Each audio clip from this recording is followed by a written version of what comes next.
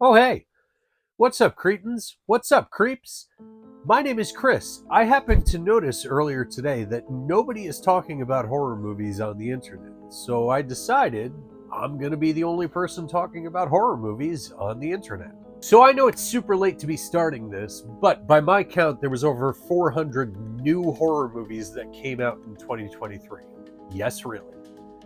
I personally watched 211 of those 400 plus movies, and I figure we should count those down, right? So today, we're going to run through numbers 210 through 191. I'm going to talk about some of them. I'm going to breeze past the majority of them, because these movies are the fucking worst.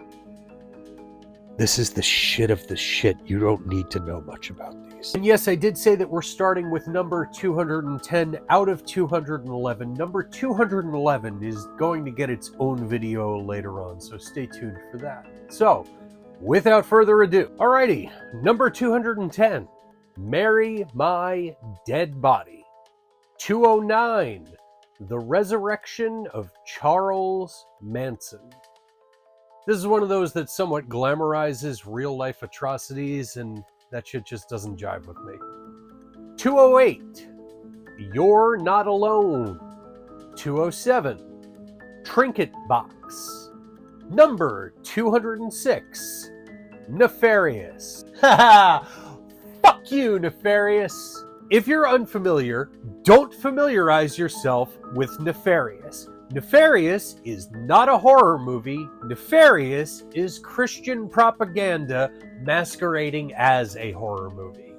You notice how the title sits right alongside Insidious and Sinister and Malignant? Yeah, this isn't that. This was released theatrically to dupe horror fans into being converted.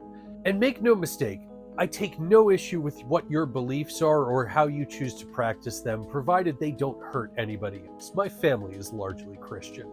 I do take issue with marketing this as a possession movie when you can't even show a possession outside of Sean Patrick Flannery's Wish.com version of Heath Ledger's Joker, because anything more would be graven images, and graven images are against commandments. I do take issue with the 3 deaths in the movie being capital punishment, letting his mother die peacefully while she's terminally ill, and, you guessed it, an abortion!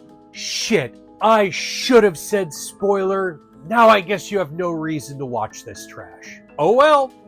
Number 205, Where the Devil Roams. Number 204, Till Death Do Us Part. This is from the creator of Final Destination, and in this specific case, that means that it was produced by one of the writers. How was it? Let me tell you about 203 better choices you can make. 203, The Murderer. 202, God is a Bullet.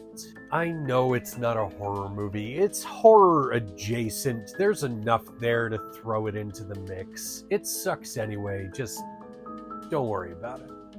201, Lila. 200, Sleeping Beauties. 199, Bad Things. Yes, it was.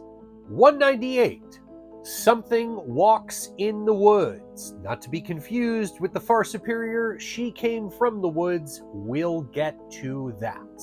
197, Mercy Falls. 196, Devils. 195, Death's Roulette. Duh. 194, Bloodflower. 193, Cube. So I'm big on the original Cube. I'm even a fan of the sequels. Put them on Blu-ray already. I'm tired of sitting here and considering buying an all-region player just so I can get the Australian releases. This movie felt like a shot-for-shot remake of this. And somehow, the CGI in this feels on par with the CGI in this. A low-budget indie flick that came out 27 years ago. What is the point? 192, Teen Wolf, the movie. Yeah, I love the originals from the 80s. and this was my first foray into the Twilight ripoff version. My feelings on it are this. 191. Infiesto. So do all these things. Let me know what your worst of the year is and what you think mine would have been right over here. As always, this is all a matter of opinion, and yours counts more than mine. So please, see them yourselves, make your own judgments, support horror. So if I have more than just this single video up, then just swipe down that way you can get to better movies. If I have a few of them up, you may even get to some good ones. So, drop back tomorrow. I hope you're along for the journey.